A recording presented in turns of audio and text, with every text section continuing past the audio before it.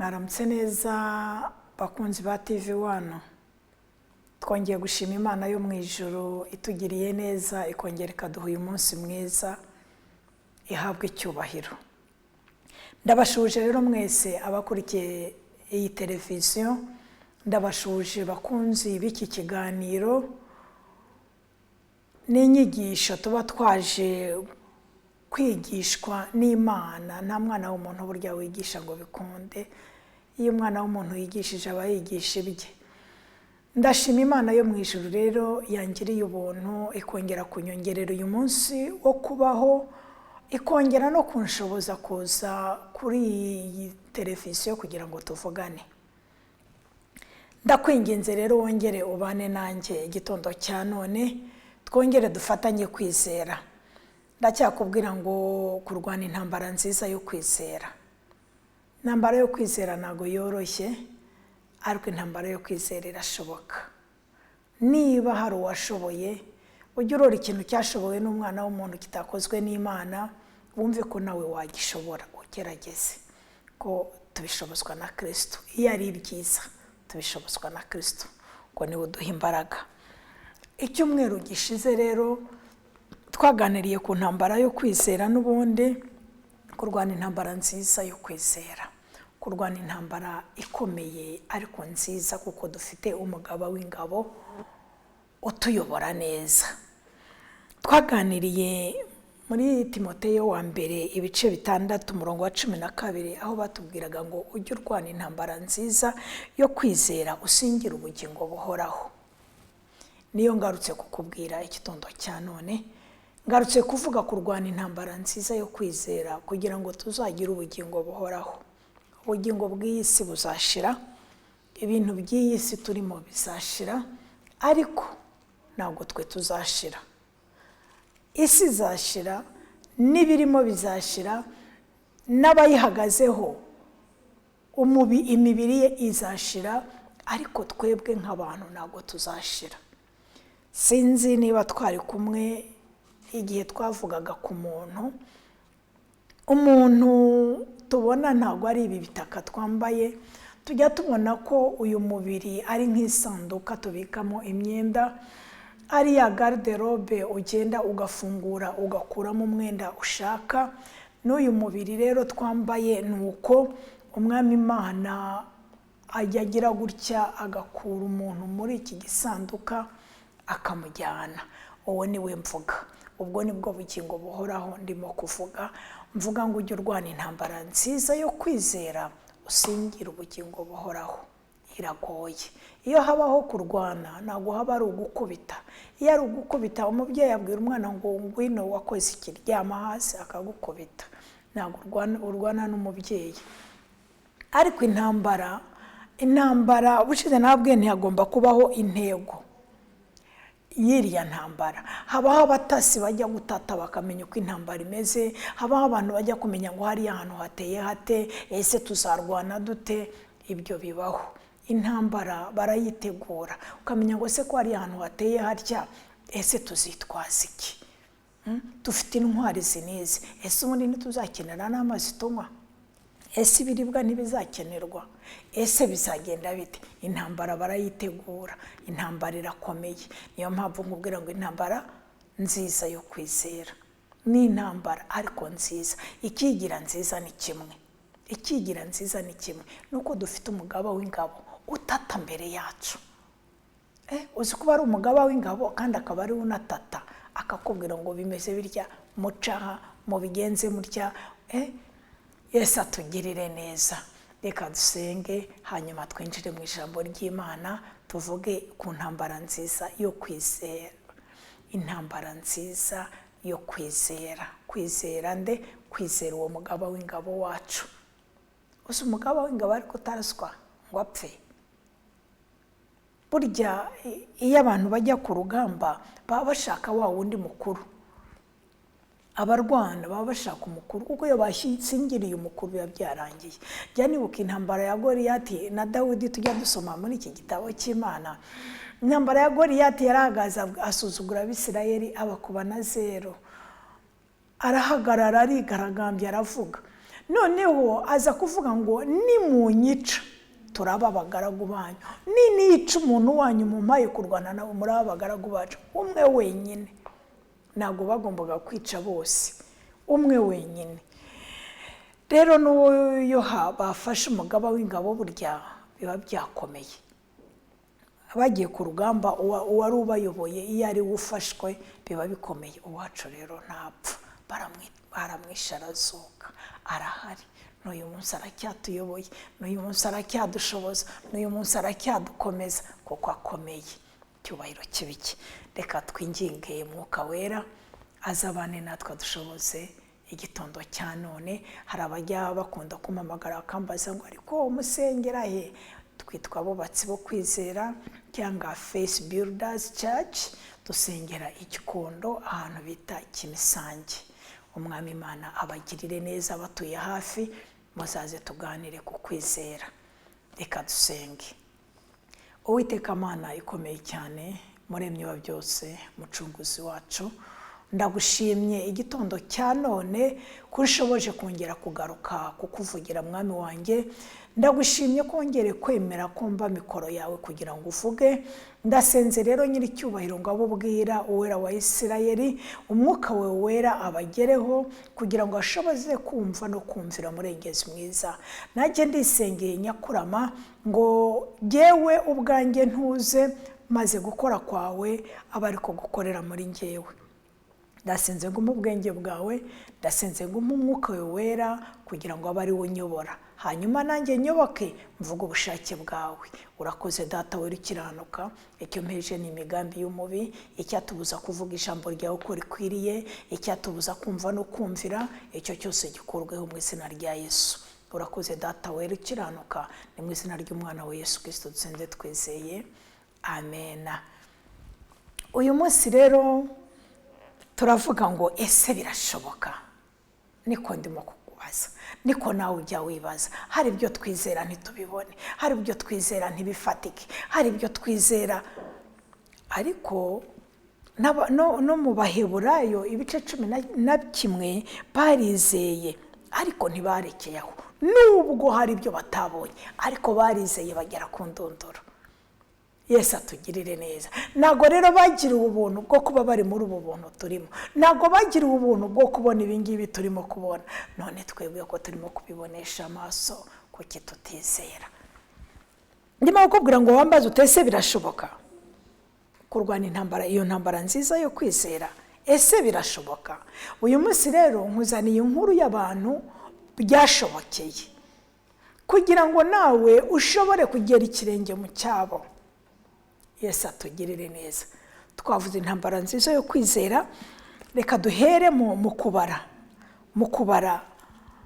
Duhere mu gitabo cyo kubara ibice ni 14. Turasoma ahantu hagufi cyane, turasoma umurongo wa 6 tugere ku 9 gusa. Ariko narabasabye ngo nitujya dusoma ahantu nk'aha, icyo gice ujye gisoma cyose biragufasha, urasobanukirwa kurusha uko nasobanura jewe. Aha rero reka mbanze masobanure gatoya ngo ni igihe Abisirayeli bangaga ku Gikanani. Byari bitewe n'iki? Byari bitewe n'uko abatase atari ko bizeraga bose.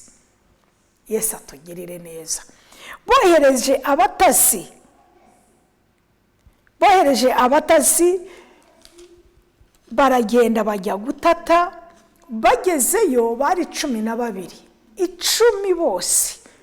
Ndagira ngo wumve ko iyi ntambara ikomeye. Noneho urusheho kwambara intwaro zose z'Imana ushobore kurwana iyi ntambara. Bagiye gutata ari abantu 12. Abantu 10. Murongo ibice 13, umutwe w'amagambo ku murongo wa 26 uravuga ngo 10 rizana inkuru y'incamugongo.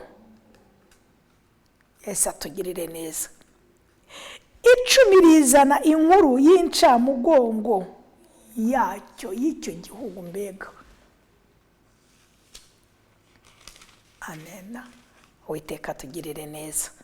icumi rizana inkuru y'incamugongo.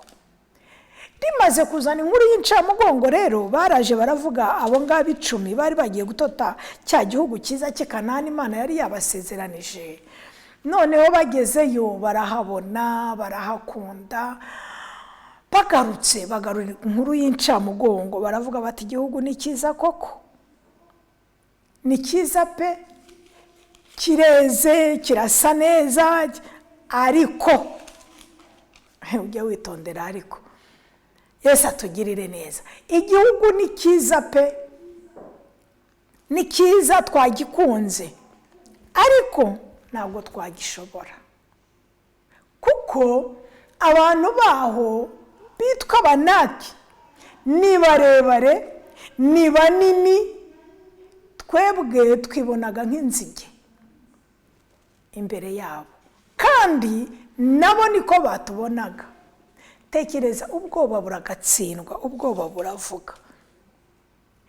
Ntabwo bababwiye ngo muri inzige, ntabwo abantu basanze mu gihugu cy'i Kanani bigeze bababwira ngo muri inzige, oya, ntabwo babibabwiye. Ariko se baroye mu mitima y'aba bantu, baramenya ngo aba bantu rero turibona turi nk'inzige imbere yabo, buriya nabo niko batubona. Ntacyo bari bababwiye, ko bari bagiye gutata batarimo kubabwira ngo tuje kubatera. Bararebaga gusa, bakareba igihugu ubwiza bwacyo, bakarangiza bakareba abo bazarwana nabo, ariko barangije umwuka w'ubwoba uvugana nabo, urababwira ngo Yesu atugirire neza. Urababwira ngo dore muri inzige imbere y'aba bantu, kandi aba bantu nabo niko bababona. Tekereza, umuntu ntiyakubwiye, wowe uribwiye. Uhuye n'umuntu yigendera kubera yambaye kambambiri, kubera yambaye imyenda iriho umwanda, uyu muntu ariko ni umukene ndamureba, kandi yenda yibereye mu mirimo ye, asohotse mu nzu agiye kugura ibikoresho, agiye uko yari ameze, uyu ni umukene kandi ntuzahataha. Uhuye n'undi yambaye akenda keza yateye ipasi, utariko uyu muntu ni umukire kandi yenda ntagira aho ataha. Yesu atugirire neza. Ntukajye ureba ngo umuntu ngo umutekereze atakuvugishije. Ndivugira intambara nziza yo kwizera. Aba batasi bagiye gutata i Kanani ari 12, niko batubwira. Uze gufata Bibiliya nawe usome, ni harehare ntabwo nasoma ngo dukurikirane gusoma, ntabwo nasobanura, kandi nicyo nifuza kuruta gusoma, ko nawe ushobora kuza kwisomera mu mwanya uri imbere. Umutwe w'amagambo kuri 13 muri iki gitabo cyo kubara haravuga ngo abatasi 12 bajya gutata i Kanani. Urabumvise, abatasi 12 bajya gutata i Kanani, bagiye baratata bose baragarutse rero. Igice cya 13 nanone umurongo wa 26 ngo 10 rizana inkuru y'incamugongo. Nibyo ndimo kukubwira, kurwana intambara nziza yo kwizera ntabwo ari benshi bayishobora. Yesu atugirire neza, ariko Mwami Imana ugira neza adushoboze ngewe nawe tubyumve. Noneho abangaba rero 10 bazanye inkuru y'incamugongo, baravuga bati igihugu ni cyiza pe, ni cyiza twagikunze, ariko twibonaga turi inzige imbere y'aba bantu, kandi nabo niko batubonaga. Ariko barangije ngo Karebo, uwo mugabo witwa Karebo, arabwira ati nimuhore nimuceceke, nimuhore nimuceceke. Arabacecekesha. Umurongo wa 30 ibice 13 aravuga ngo Karebo ahoreza abantu imbere ya Mose ati tuzamuke nonaha tuhahindure, kuko tubasha rwose kuhatsinda. Intambara nziza yo kwizera. Yesu atugirire neza. Intambara nziza yo kwizera. Uyu nguyu arabireba, arabareba, arababona, nawe yari yababonye nka bagenzi be, ariko ngo ahoza aba bantu 10. Nababwiye ngo intambara nziza yo kwizera ariko irwana n'abagabo igasiba abandi. ugomba kuba ukenyeye, witeye, wakwese, ufite ingabo, ufite inkota, nibwo washobora kurwana iyo ntambara. Yesu atugirire neza. Ndavuga intambara nziza yo kwizera, kandi ndimo kukubwira ngo birashoboka. Nubwo 10 ryazanye inkuru y'incamugongo, ariko 2 bonyine bazanye inkuru nziza. Yesu atugirire neza. Niho tugiye gusoma rero. Tugeze wa murongo wa 6 nakubwiye, ibice 14 nibyo tugiye gusoma.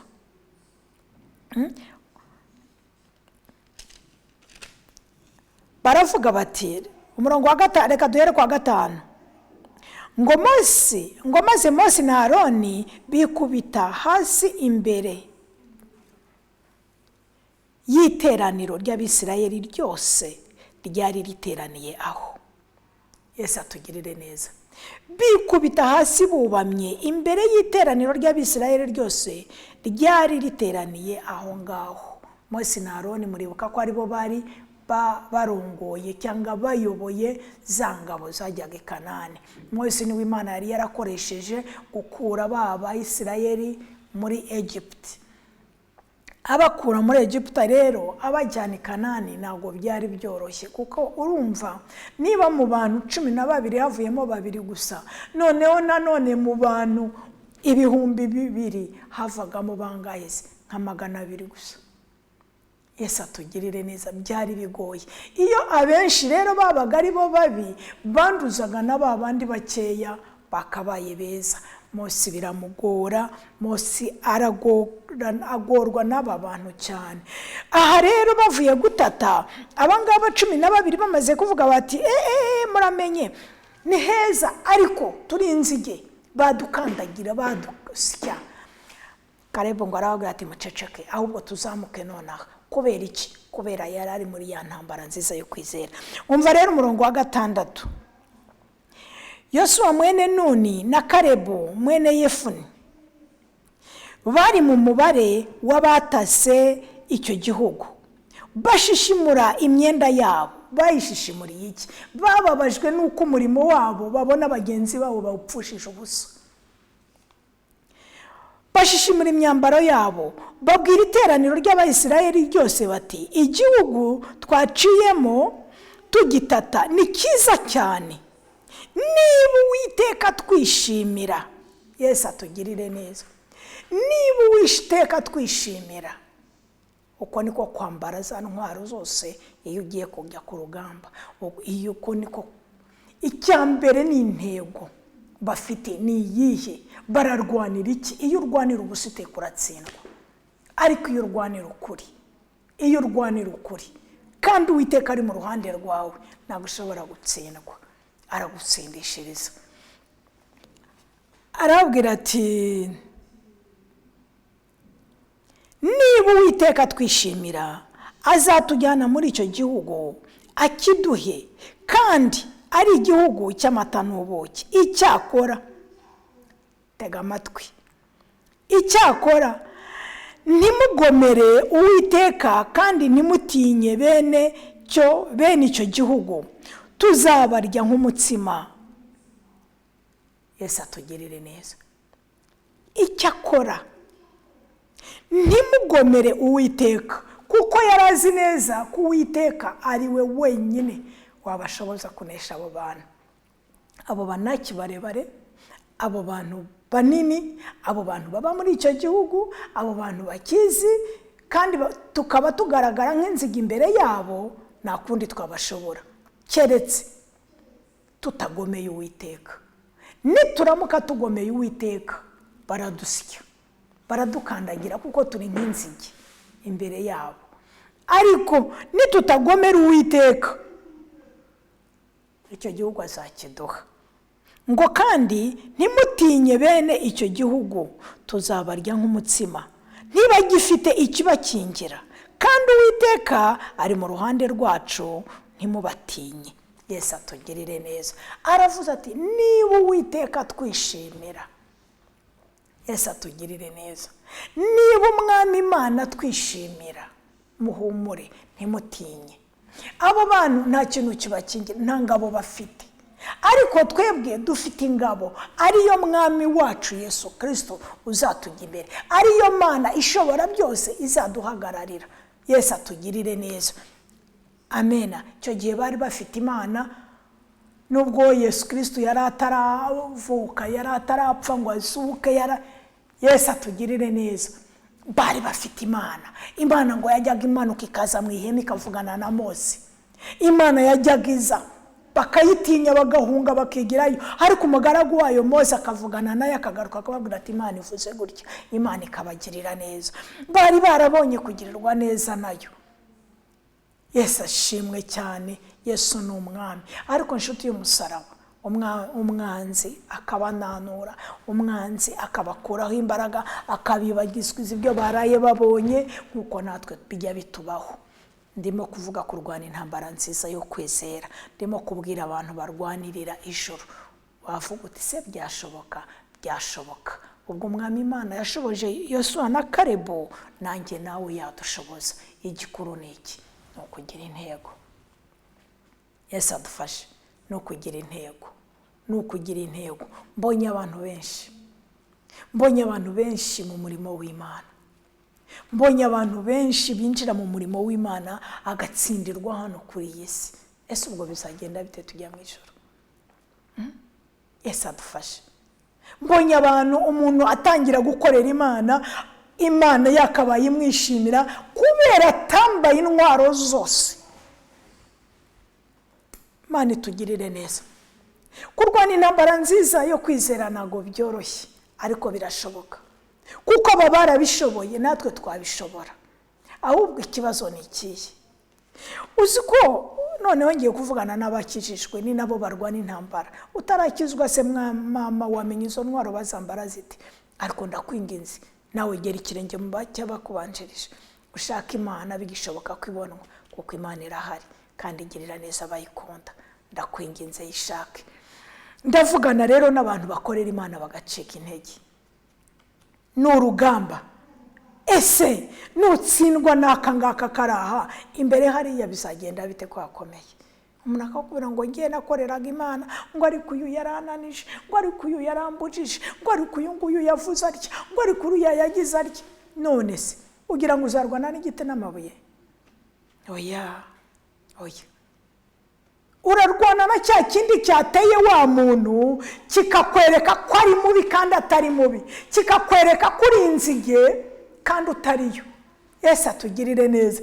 Kikakwereka ko kwanga kandi atakwanga, kikakwereka ko agutinya kandi atagutinyaga. Yesu atugirire neza. Nshuti y'umusaraba, ndabwira abantu barimo gucika intege, bananirwa gukorera Imana. Dore ikitunanije gukorera Imana. Witeka Mana udushoboze.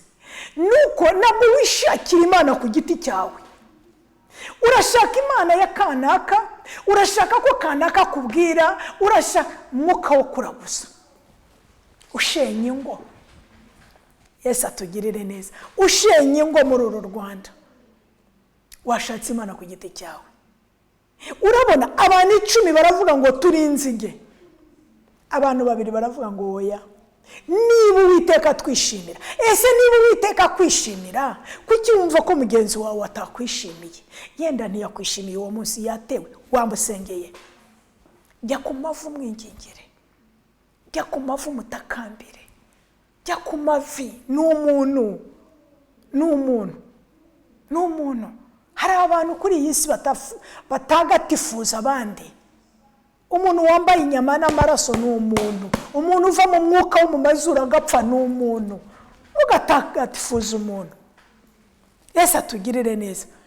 Nukarera umuntu ngo uyu nguyu ariko uriya we ni igitangaza. Wero yabaye igitangaza uyu munsi. Kristo yaravuze ngo munyitire iki mwiza, ngo kumwiza ari data wenyine.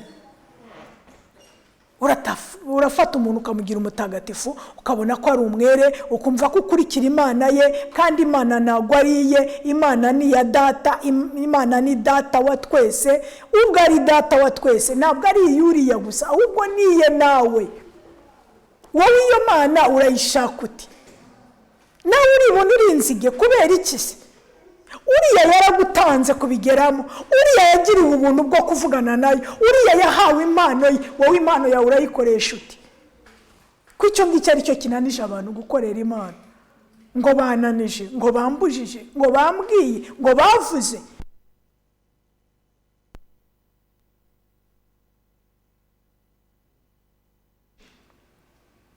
Ufite amarisansi, ufite amadoktora, akaza akayobeshwa n'akana kangana gatya katazi rimwe na kabiri, kakamucurika kakamucurura. We wagiye imbere y'Imana ko Imana ari iyacu twese. Ndashima Imana ko itorero ryacu ritubwira ko buri wese yigererayo, buri wese yigererayo. Yesu atugirire neza. Reka dukomeze, reka dukomeze, reka dukomeze. Mwuka Wera ngirire neza, anshoboze mbivuge uko biri. Uwo ni Kalebu na Yosuwa rero. Kalebu na Yosuwa baravuga bati oya oya oya oya, turabizi twagaragaraga koko nk'inzige imbere yabo, ariko niba Uwiteka umwami Imana yaturemye twishimira, abo bantu tuzabarya nk'imitsima, nimuhaguruke tugende. Yesu atugirire neza.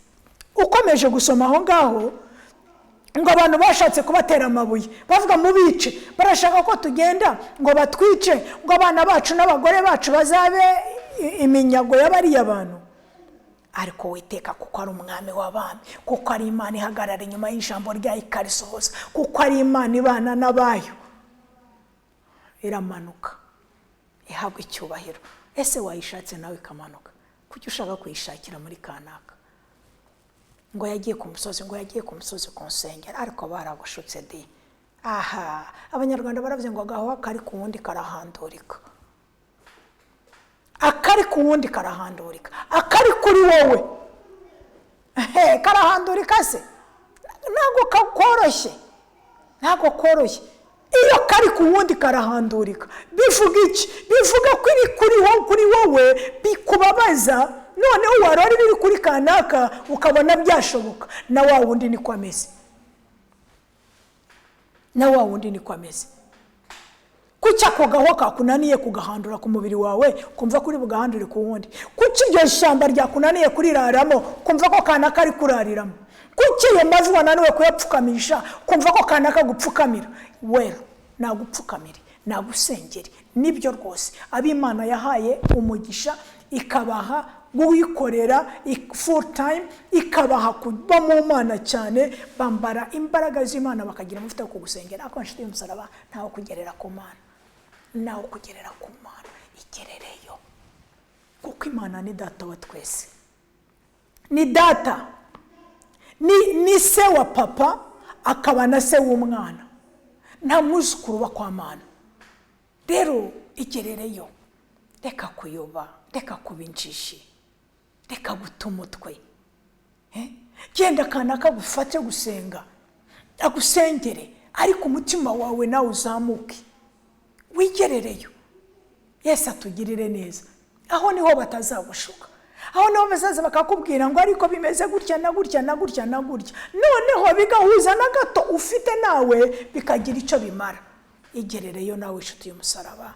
Turacyavuga kurwana intambara nziza yo kwizera, niyo yanzanye. Nuko ngukunda cyane, nkumva ntifuza kuyoba.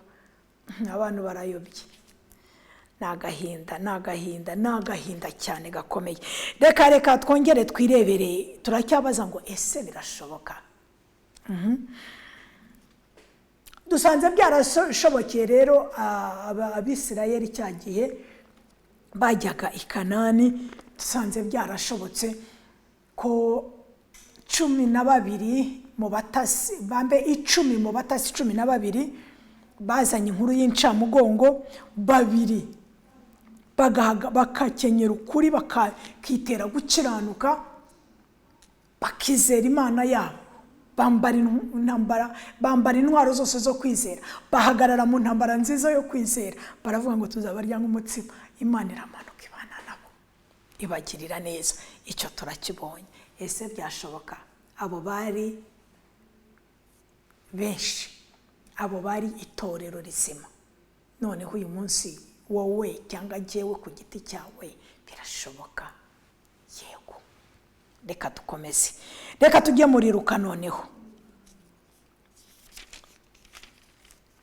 reka tujye muri Luka nshuti z'umusaraba, reka tujye muri Luka ibice 8, naho turavugaho gatoya, uze kuza kwisomera wewe nyine ubijyemo ubisome.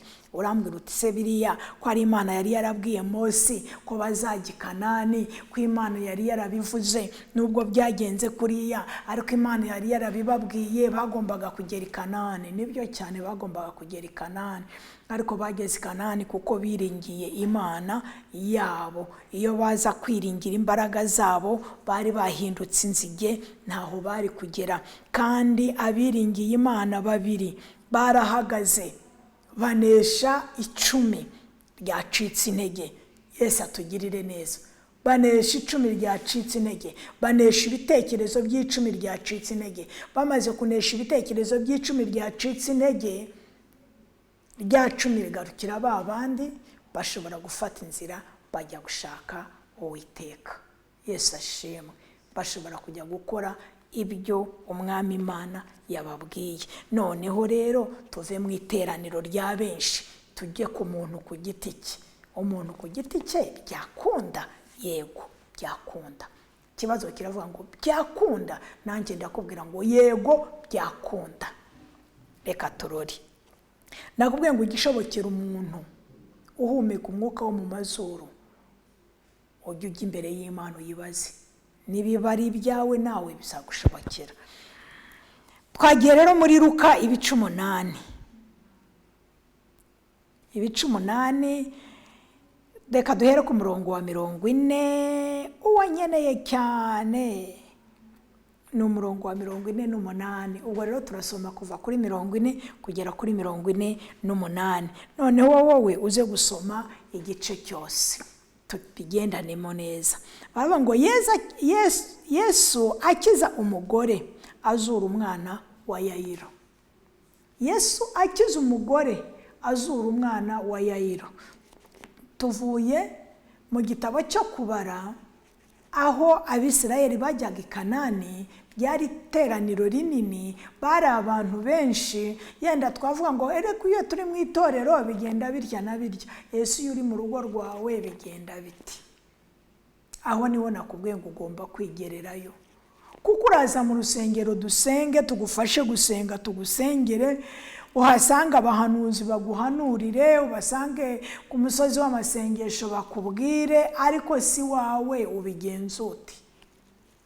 Uwo turwana ko adafite inyama n'amaraso, ko ari umwuka uzagutegera mu nzira, ko ari umwuka uzagutegera iwawe, ko ari umwuka, wowe ubigenza ute? Iyo udahagaze ku maguru yawe abiri, iyo udahagaze mu mbaraga z'umwuka wera, iyo utambaye intwaro z'Imana, nshuti y'umusaraba, ntabwo umenya ko wabeshywe, urabeshyeka. Yesu adufashe. Ariko kurwana intambara nziza yo kwizera birashoboka. Reka dusome hano. Yesu akigaruka abantu baramwakira, kuko bose bari bamutegereje. Nuko haza umuntu witwaga Yayiro, umutware w'isinagogi. Araza yikubita imbere y'ibirenge bya Yesu, aramwinginga ngo aze iwe. Umutware w'isinagoge yari umuntu ukomeye, kuko yari afite umukobwa w'ikinege wari umaze imyaka 12 avutse, kandi yari agiye gupfa. Yesu atugirire neza. Noneho uyu mugabo witwa Yayiro ayumvise ko abantu benshi bari bategereje Yesu, waraza. Abanyacyubahiro baragihabwa burya ngo bo kubaha mu bubahe, ibyo ni byiza. Araza, abandi bigirayo kuko yari umutware. Birashoboka ko hari abandi batashoboraga no kugera imbere ya Yesu. Abigizayo, babigizayo nako bamushakira inzira. Ageze imbere ya Yesu ngo yikubita imbere ye, aramwinginga ngo bajyaniwe. Ngo kuko yari afite umwana w'umukobwa w'ikinege wari umaze imyaka 12, wari urwaye wendaga gupfa. Yikubita imbere ya Yesu. Ngo akigenda, Yesu yamwemereye, baragiye. Akigenda abantu benshi baramubyiga. Ni benshi bari bamukeneye, twese turamukeneye. 43 haravuga ngo haza umugore uri mu mugongo wari ubimaranye imyaka 12. Uburwayi bw'uyu mugore bwanganaga n'umukobwa wa Yayiro. Wari ubimaranye imyaka 12 kandi wari warahaye abavuzi ibintu bye byose, nyamara ntihagira n'umwe ubasha kumuvura. Nshuti y'umusaraba, aba bavuzi nibo babandi ntabwo mbita abahanuzi, nita babapfumu, kuko yari umuhanuzi w'Imana, ahanura ibizima kandi ntabwo ayobya abantu, ababwira ukuri. Yesu atugirire neza.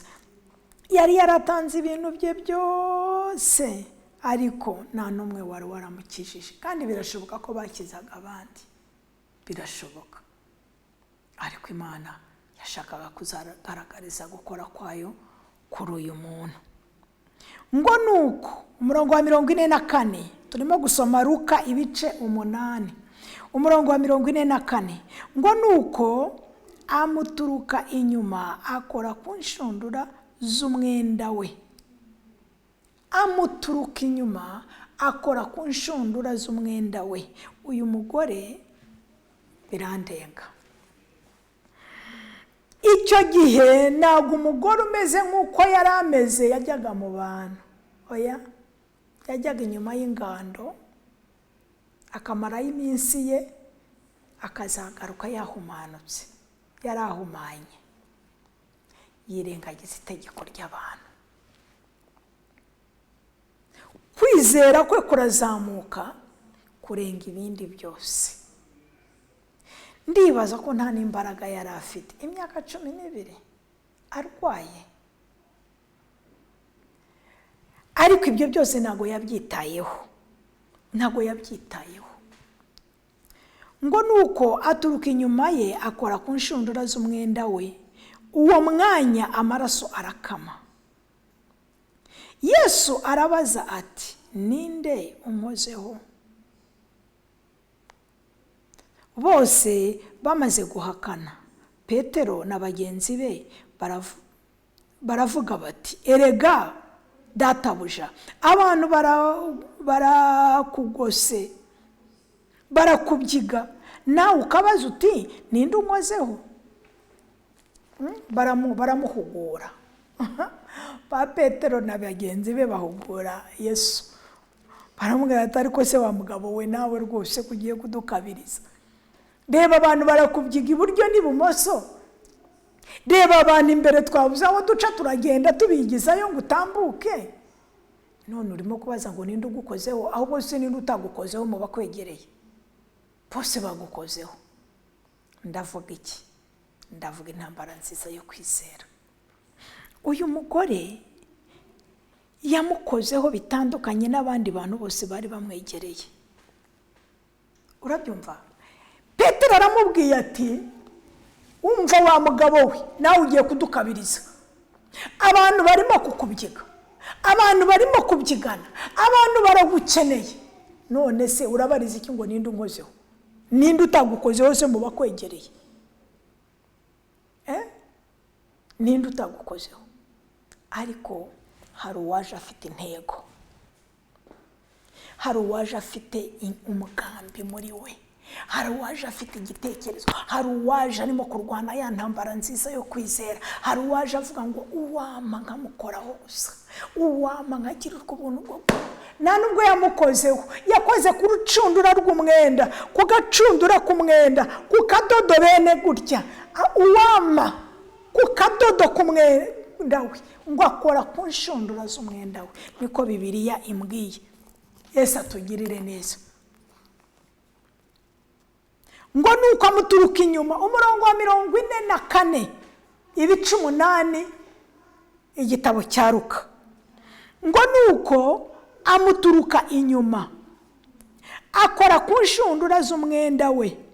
Uwo mwanya amaraso arakama. Na urumva yarigeze akora ku mubiri wa Yesu? Ntabwo yakoze kuri Yesu. Nta mahirwe yagize. Nayo yari yagize nka yandi ya Yayiro ngo aza mwikubita imbere amubwira ibye. Oya, kandi ibye ntibyanavugwaga mu bantu. bari kumutera amabuye, nta soni, waje kwanduza umwami wacu, waje mu bantu kandi umeze utyo. Oya, ibanga rye rishyira ku mutima. Nawe urimo gusasanya ibyawe, urabwira kanaka ngo genda ujye kunsengera, ngo genda ujye kunyingingira, ngo itike, harya itike nangaye, harya kujyana nangaye, harya nta telefone ufite, harya wabwiye Yesu, wabwiye Yesu ko ari mwiza, wabwiye Yesu ko agira neza, kandi ko agirira neza buri umwe wese. Yesu atugirire neza. Ese mwajyanye n'uwo muntu ukabanza ukumva umubu umurya, ukamenya igitambatamba, ukamenya naho gukira kwawe kwaturutse, ukamenya naho umugisha wawe wavuye. Yesu atugirire neza. Wowe uricara mu nzu yawe ngo agiye kanyarira kugusengera, ariko wa Mana, Imana yo mu ijuru dufashe, igerereyo umwenda wari ukingirije ahera waratabutse. 45. Yesu ngo Yesu arabaza ati, ninde unkozeho? Bose bamaze guhakana, barahakana, kandi bari bamukozeho disi, bari bamukozeho. Ese kumva ko bamubyigaga, ntabwo bamukoraga, ubwo niba bataramukoreshagaho intoki, bamukoreshagaho ukuboko. Dore ukuboko kwanjye kurakora kuri iyi ndebe ibajije iti ninde unkozeho, nabivuga ngo nigeze gukoraho, dore intoki zanjye zifashe Bibiliya. Yesu atugirire neza. Ngo bose barahakana. Bamaze guhakana, Petero na bagenzi be batari ko ariko wa mugabo we, uyu mugabo we yabaye ate? Wa mugabo w'abantu barakubyiga nawe ngo hari ugukozeho? Ngo reka databuja, abantu barakugose, barakubyiga, nawe ukabaza uti ninde unkozeho? Icyo kibazo rwose ndumva utakabaye ikibazo. 46. Yesu arababwira ati, iby'umwuka bikorwa n'abanyamwuka. Kwizera intambara ikomeye, ariko birashoboka. Ngo Yesu aramubwira ati, hariho unkozeho, kuko menye ko imbaraga imvuyemo. Imbaraga ya Yesu imuvuyemo ikakugeraho. Hallelujah. Yesu atugirire neza, Yesu atugirire neza, duhe iyo mbaraga ye. Aravuga ngo hari unkozeho mu buryo butandukanye n'ubw'abandi. Hari icyo numvise kimvuyemo, hari uwo datagiriye neza muri aka kanya. Yesu atugirire neza. Umutima w'umugore wakoze ku mutima wa Kristo, ntabwo ari urucundura rw'umwenda, no. Oya, si urucundura rw'umwenda, kuko bakoraga ku mwenda wa Yesu bari benshi, ababyigaga Yesu bari benshi, abamukoragaho bari benshi. Birashoboka muzi ko Yesu yambaraga agakanzu, n'abagiraga ku maboko ye ku mubiri we bari benshi, ariko umutima w'umugore, umutima w'uriya mugore wakoze ku mutima wa Kristo, aravuga ati hari imbaraga imvuyemo. Iyo mbaraga igiye ye. Yesu atugirire neza. Iyo mbaraga imvuyemo igiye ye, ikoze iki? Agira se ngo cyo ntiyarakize, nacyo yarakize, ariko yagiraga ngo uyu munsi yewe nawe bidufashe tumenye ko bishoboka kurwana intambara nziza yo kwizera. Yesu atugirire neza. Ndakubwira ngo birashoboka. Niba byarashobokeye babatasi babiri muri 12 babiri bonyine bigashobokera uyu mugore wari umaze imyaka 12 ingana nk'imyaka umukobwa wa Yayiro yari amaze. Inshuti y'umusaraba, birashoboka. Ku ijambo ry'Imana arambwira ngo uko yari kera niko iri uyu munsi, niko izahora mu bihe biri imbere. Uko yari cyagiye cy'ababandi, niko iri uyu munsi mu gihe cyacu, niko izahora mu bihe biri imbere. Inshuti y'umusaraba, birashoboka.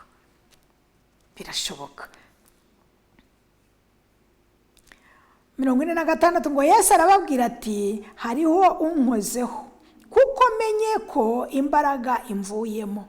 hari imbaraga imuvuyemo. Ngo nuko uwo mugore abonye ko adahishwa. Yesu ntahishwa.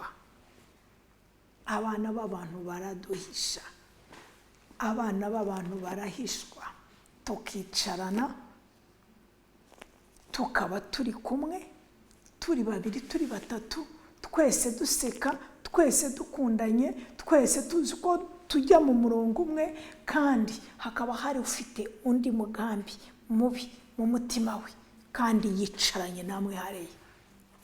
Yesu atugirire neza.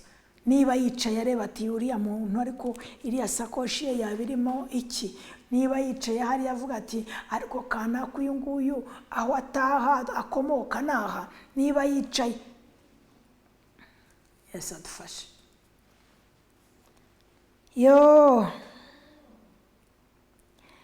Ngo nuko uwo mugore, umurongo wa 47, ngo nuko uwo mugore abonye ko adahishwa, aza ahinda umushyitsi amwikubita imbere.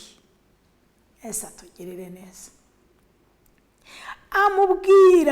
amubwirira mu maso yabo icyatumye amukoraho, nuko akize muri ako kanya. Yesu atugirire neza. Yesu ngo arabaza ati ninde unkozeho? Baramubwira bati ntawe utagukozeho. Nawe utagukozeho mu bakwegereye, kuko barimo kukubyiga, abantu ni benshi barimo kubyigana, kandi niwe bashaka bagukozeho. Arababwira ati oya, hari unkozeho, hari unkozeho. Uriya mugore yagiye guhaguruka afite intego, afite umugambi, avuga ati uwampa nkakora kuri uriya mugabo, uwampa nkagera kuri uriya mugabo, uwampa nanjye. Yesu atugirire neza. Ngo amuturuka inyuma, ntago yagiye n'imbere ngo ajye kwigaragaza. Ariko hagera se, hagerwaga n'abatware n'abategeka. Amuturuka inyuma, yirengagiza amategeko yandi, yirengagiza uko bisanzwe bivugwa, yirengagiza uko ari buvugwe, yirengagiza uko bimeze uko ariko kose, aratambuka ngo akora ku rucundura rw'umwenda wa Yesu. Ngo isoko y'amaraso irakama. Yesu arabaza ati ninde unkozeho? Baramubwira bati twagukozeho twese, ariko wowe uravuga iki? Ariko icyo ashaka kugusobanurira nuko umutima w'uyu mugore wari wakoze ku mutima wa Kristo. Kristo arabyumva muri we, arabyumva, aravuga ati ariko hari uwari ungeneye, hari uwanshakaga n'umutima we wose, hari uwari uri mu rugamba rwo kwizera ko hari icyo namumarira, hari uwari urimo kurwana ya ntambara yo kwizera, wizeraga ko hari icyo namumarira. Yesu ashimwe. Arabaza, barahakana. Bamaze guhakana, umugore ngo amenya ko ntacyo ahishwa, nawe amenya umutima wa Kristo. Yesu ashimwe. Kwama natwe tukamenya umutima wa Kristo. Amaze kumenya ko ntacyo ahishwa, ngo yikubita imbere ye ahinda umushyitsi. Yesu ashimwe. Yikubita imbere ye, niko ijambo ritubwira. Ngo nuko uwo mugore abonye ko adahishwa, aza ahinda umushyitsi amwikubita imbere, amubwira, amena, amubwirira imbere y'aba bantu bose, mu maso y'abo bantu bose, amubwirira mu maso ya bose icyatumye amukoraho, nuko akize muri ako kanya. Yesu yamusubije inshuti y'umusaraba. Ndimo kubabwira ngo turwane intambara nziza yo kwizera. Yesu yamushubije iki? Ndimo kuvugana nawe, umbaza uti se birashoboka? Birashoboka, birashoboka kandi cyane. None se uko byashobokeye ba bandi benshi hakavamo babiri bakabikora bigashoboka, noneho uko bishobokeye uyu nguyu umwe, niki cyatuma wowe bidashoboka? Yesu atugirire neza. Niki cyatuma wowe bidashoboka? Werwana intambara nziza yo kwizera. Mwizere inshuti y'umusaraba, mwizere, mwizere gusa, mwizere. kandi ndakwinginze mushake, injira ahantu hamwe mwihererane, umubaze umwibwirire. Uyu mugore rero amaze kumwikubita imbere, amaze kumubwira nuko akize, amaze kumusobanurira impamvu yabimuteye, maze imyaka 12 ndwaye, niruka mu bavuzi, nabahaye ibyanjye byose, ariko ntibashoboye kunkiza, ariko wowe nkoze ku mwenda wawe kandi nta n'icyo nguhaye. Yesu atugirire neza. Nkoze ku mwenda wawe kandi nta kiguzi nguhaye. Yamuhaga iki ko ntacyo yari agifite se? Ngo ko yari yaratanze ibye byose, ntacyo yari agifite, ntacyo yari agifite. Ariko nkoze ku mwenda wawe wowe kandi ndakize. Yesu atugirire neza. Ngo Yesu aramubwira ati, mwana wanjye, kwizera kwawe kuragukijije, genda amahoro. Gitondo cya none nanjye ndakubwira ngo wigendere amahoro. Nshuti y'umusaraba, wigendere amahoro. Kwizera kwawe kugukize, kwizera kwawe kugufashe, kwizera kwawe. Yesu atugirire neza. Ndimo kukubwira ngo kwizera kwawe kugira icyo kukumarira, kwizera kwawe kugire aho kukugeza uyu munsi. Ese urizera iki? Twizeye amafaranga, nshuti y'umusaraba, agira ahagarukira. Twizeye abanyabyubahiro, ayiwe nshuti y'umusaraba, wizera umunyacyubahiro, ukikubita hasi, ugakora ibyo utagakoze, ukagenda ijoro kubwe, nturyamye ntusinzire, uhanze amaso kanaka, umutegerejeho ubufasha, ato akaguhinduka nk'umubiri. Yesu atugiriye neza. Akaguhinduka nk'umubiri kandi ntacyo wamukoze, ariko umwanzi Satani akamwambika amarineti cyangwa nawe akayakwambika, ko mwese muri abantu mwambaye inyama n'amaraso mugapfa ubusa.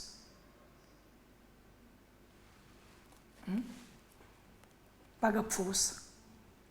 Ngo Abanyarwanda baravuze ngo impamvu ingana ururo, impamvu ingana ururo, ariko ni runini.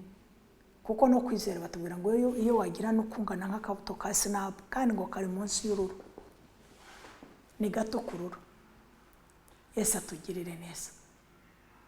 Nshuti y'umusaraba, ko twizeye abantu, ko wizera umubyeyi ukamuhanga amaso, ukizera umuvandimwe ukamuhanga amaso, ukizera umwana ukamuhanga amaso, ukizera umuganga ko azakuvura yarangiza akagutanga gupfa, ukizera ko twizeye abantu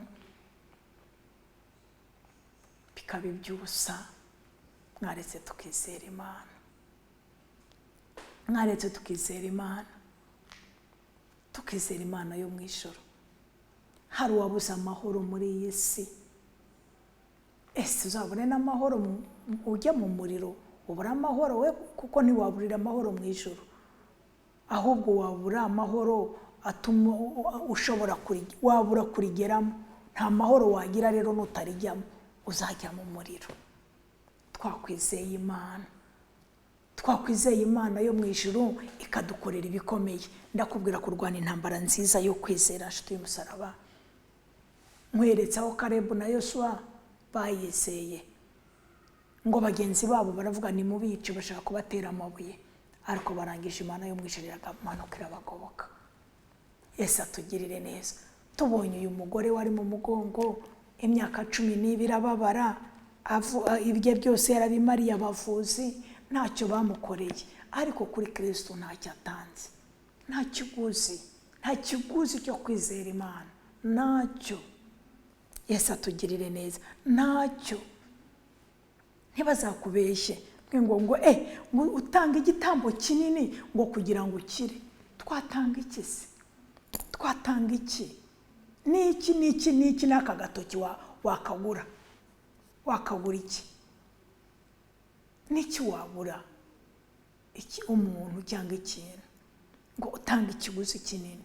Oya, gutangira Imana ni ngombwa, ni muri mutima wawe, ni itegeko ryawe n'Imana yawe. Ubizi neza ko iby'Imana n'iby'Imana n'ibya Kayisari n'ibye. Iyo utahaye Imana ibyayo rero uba uri umujura, ariko nta kiguzi tugurira Imana.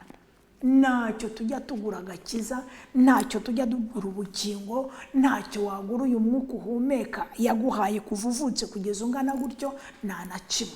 Icyo ngusaba ni iki? Ni ukwizera Imana yo mu ijuru, ukayishakana umwete, ukayegera, uyikunda uyishakanye umwete akayibona.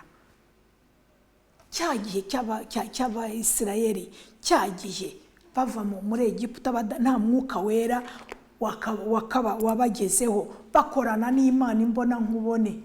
Imana yagenda bagasigara ari abantu, Imana yaza bakaba bari mu Mana. Yesu adufashe. Icyo gihe hariho abayizeye, babonye imirimo yayo, babonye ibikorwa bayo, bamenye ko iyo yishimiye umuntu imukoresha ibikomeye.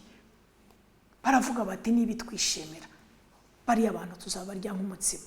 Niba Imana yo mu ijuru twishimira, biriya bintu izabidukorera. Niba Imana yo mu ijuru iri mu ruhande rwacu, umubisha wacu ntawe.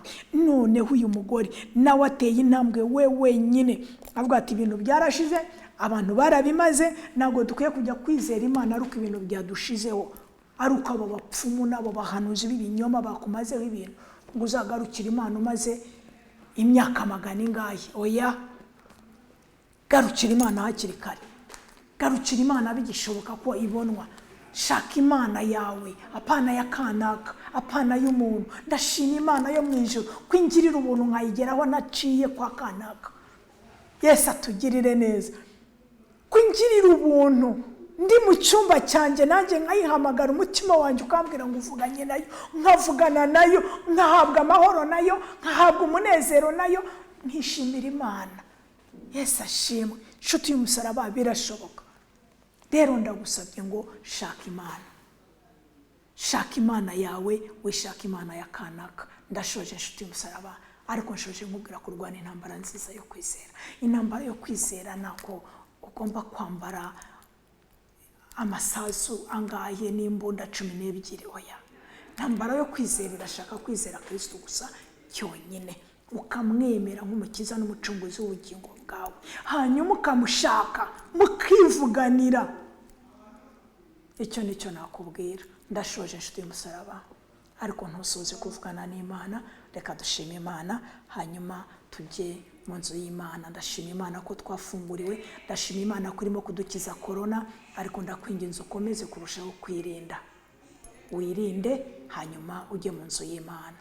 Uwiteka Mana igira neza, ndagushimye kubw'ijambo ryawe, kandi ndakwinginze ngo tugirire neza ko kuri Imana, udushoboze guterana kwera mucunguzi wanjye, utubere Imana muri byose, natwe tukubereye ubwoko n'abana. Ni mu izina rya Yesu Kristo umucunguzi wacu dusenze twizeye, amen. Mugire ibihe byiza, Imana ibahe umugisha.